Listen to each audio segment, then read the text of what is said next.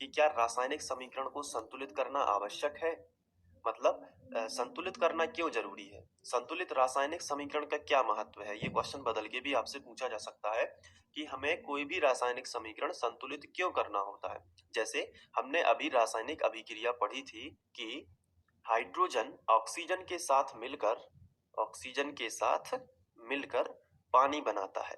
ये हमने अभिक्रिया पढ़ी थी, ये है रासायनिक अभिक्रिया। एक और हमने चीज पढ़ी थी कि हाइड्रोजन और नाइट्रोजन आपस में मिलके अमोनिया बनाते हैं। तो ये जो रासायनिक अभिक्रियाएं हैं, इनको यदि हम सूत्र के द्वारा और भौतिक अवस्थाओं द्वारा बदल दें तो वो बन जाता है रासायनिक समीकरण, और उसको फिर हम संतुलित करते हैं। देखो कैसे, जैसे ये हाइड्रोजन है तो हाइड्रोजन का सूत्र होता है H2, प्लस है तो प्लस लगा दिया।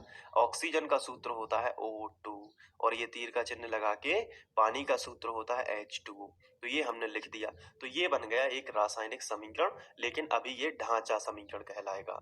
तो अभी ये संतुलित नहीं है, इसलिए ढांचा समीकरण है। अब इसी तरीके से ये भी है, नाइट्रोजन का सूत्र क्या होता है N2, हाइड्रोजन का सूत्र क्या होता है H2, और अमोनिया का क्या होता है NH3। ये अमोनिया का सूत्र है, और ये भी क्या है, एक ढांचा समीकरण, क्योंकि ये अभी भी संतुलित नहीं है और ये भी संतुलित नहीं है। तो क्वेश्चन ये उठता है कि इन्हें संतुलित करना क्यों जरूरी है? हम ऐसे भी तो लिख सकते हैं, इन्हें क्यों संतुलित करना है, इन्हें क्यों दोनों ओर बराबर करना है, इन्हें क्यों दोनों ओर बराबर करना है, दोनों ओर बराबर करना क्या जरूरी है? तो आइए इसको एक एग्जाम्पल से समझते हैं। तो बात है सन 1756 की, जब एक लोमोनोसोव नाम के एक वैज्ञानिक ने एक नियम दे दिया था जिसे हम द्रव्य का संरक्षण का नियम कहते हैं।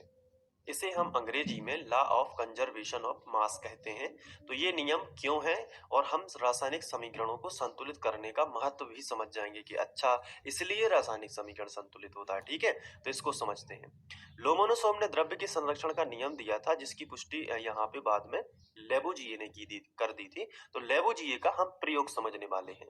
लेबोजिए भी एक वैज्ञानिक ही थे जिन्होंने इनके नियम दिए हुए नियम की पुष्टि की थी। लेबोजिए ने क्या किया, एक फ्लास्क लिया इस तरीके से, ये एक कांच का उन्होंने फ्लास्क लिया।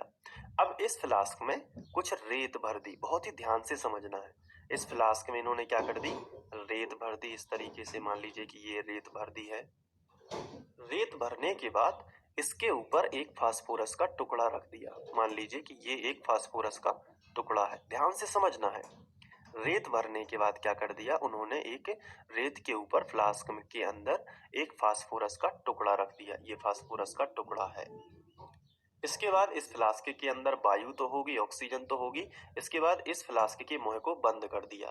बंद किससे किया, कार्क की सहायता से। एक थर्माकोल का जो टुकड़ा है वो यहाँ पे अच्छे से ठूंस दिया या लगा दिया। ठीक है, तो ये देखो, ये कार्क का टुकड़ा जो है यहाँ पे लगा दिया। तो अब ना बाहर की वायु अंदर आ सकती है, मतलब ना बाहर से कुछ अंदर इसमें आ सकता है, ना अंदर से कुछ बाहर जा सकता है। तो ये सेटअप किया लेबोजिए ने। अब उन्होंने ये बताया था कि अभिक्रिया के पहले जितना किसी भी पदार्थ का वजन होता है, अभिक्रिया के बाद भी उतना ही होता है, घटता बढ़ता नहीं है। अब यही द्रव्यमान संरक्षण का नियम है जो हम समझ रहे हैं। देखो, फ्लास्क में उन्होंने रेत लिया, फास्फोरस का टुकड़ा लिया, अंदर की वायु अंदर ही रही, बाहर की वायु बाहर ही है, ये क्योंकि ये टुकड़ा लगा दिया। अब इसका वजन तौल लिया, तो इसका वजन तौला उन्होंने, तो वो वजन उन्हें मिला 31 ग्राम। बस समझने के लिए, कितना मिला, 31 ग्राम। अब 31 ग्राम ये अभिक्रिया के पहले है। कौन कौन है इसमें शामिल, फास्फोरस है, फास्फोरस के साथ साथ कौन है, ऑक्सीजन है, क्योंकि इसमें वायु है तो कौन होगा, ऑक्सीजन। तो अभिकारक के तौर पर क्या मिला इन्हें, कौन कौन है, फास्फोरस का टुकड़ा है, और क्या है, ऑक्सीजन है।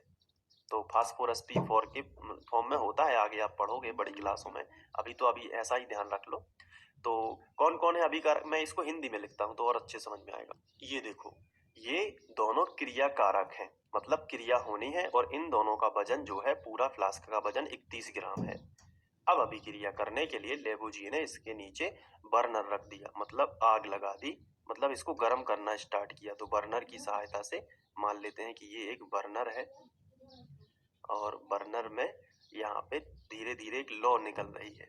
जिससे क्या होगा, पहले रेत गर्म होगी, फिर फास्फोरस का टुकड़ा गर्म होगा, तो धीरे धीरे ये जलने लगेगा, जलेगा तो धुआं बनेगा, क्योंकि ऑक्सीजन की उपस्थिति में जलेगा तो धुआं बनेगा। इस तरीके से पूरे में धुआं भर गया। अब ये धुआं बाहर तो जा नहीं सकता, तो इसी के अंदर रहा, इसी के अंदर इस तरीके से भर गया, सब में धुआं ही धुआं भर गया। ठीक है, तो ये जो धुआं है ये फास्फोरस पेंटा ऑक्साइड यानी P2O5, तो ये फास्फोरस पेंटा ऑक्साइड का धुआं इसमें भर गया। अब ये धुआं बाहर भी नहीं गया, फास्फोरस का टुकड़ा पूरा समाप्त हो गया, खत्म हो गया और पूरा धुआं भर गया। अब लेबोजी ने इसको फिर से तौला कि अब फास्फोरस का टुकड़ा तो गायब हो गया, तो द्रव्यमान कम हो जाना चाहिए। तो उन्होंने इसको फिर से तौला, तो पाया कि अभी भी कितना है, 31 ग्राम है।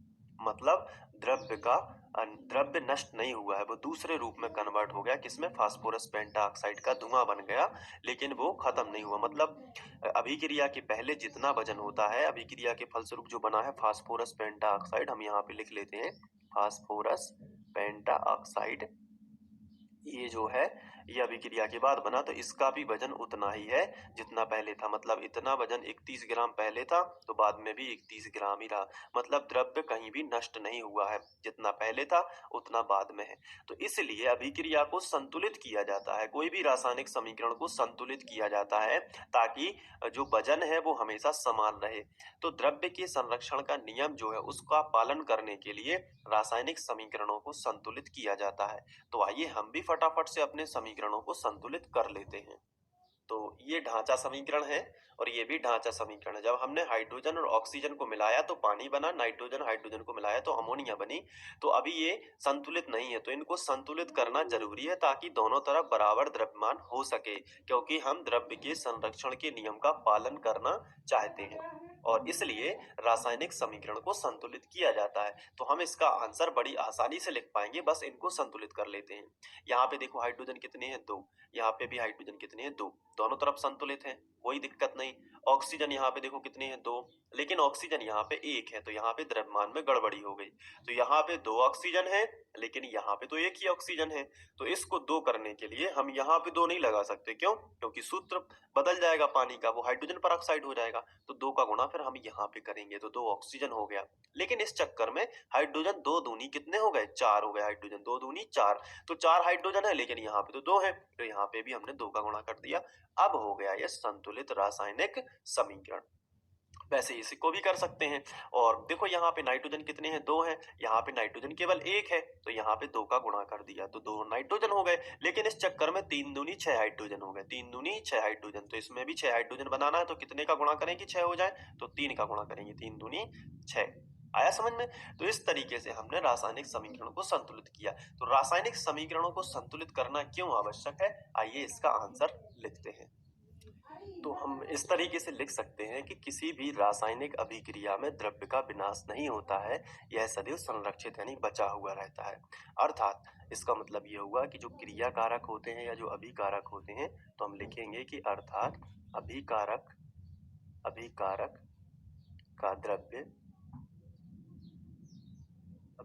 का द्रव्यमान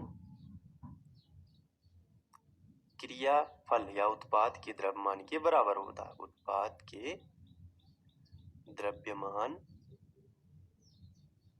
के बराबर होता है, के बराबर होता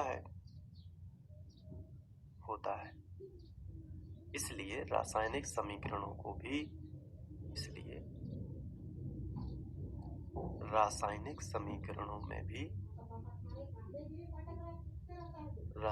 समीकरणों में भी यह प्रदर्शित करने के लिए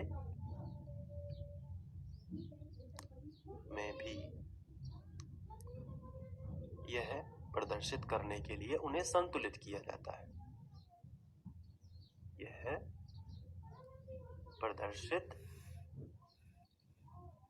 करने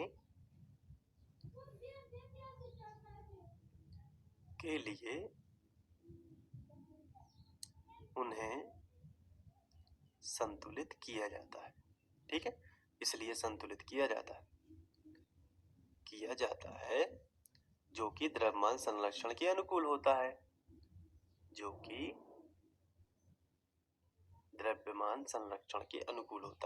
तो यही जो आंसर है आपको लिखना है कि रासायनिक समीकरण को संतुलित करना क्यों आवश्यक है। तो आपने पूरी प्रोसेस अच्छे से समझ ली है कि क्यों आवश्यक होता है।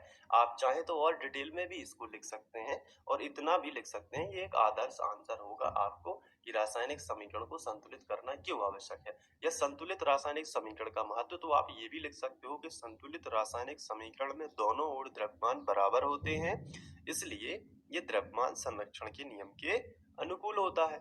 ऐसा भी आप लिख सकते हो। तो ये जो है संतुलित रासायनिक समीकरण का आंसर हो जाएगा। तो ये 5वां क्वेश्चन हमने कंप्लीट किया है। इसके बाद हम वेरी मोस्ट इंपोर्टेंट क्वेश्चन करेंगे, वायु में जलाने के पूर्व मैग्नीशियम रिबन को साफ क्यों किया जाता है, नेक्स्ट वीडियो लेक्चर में। तो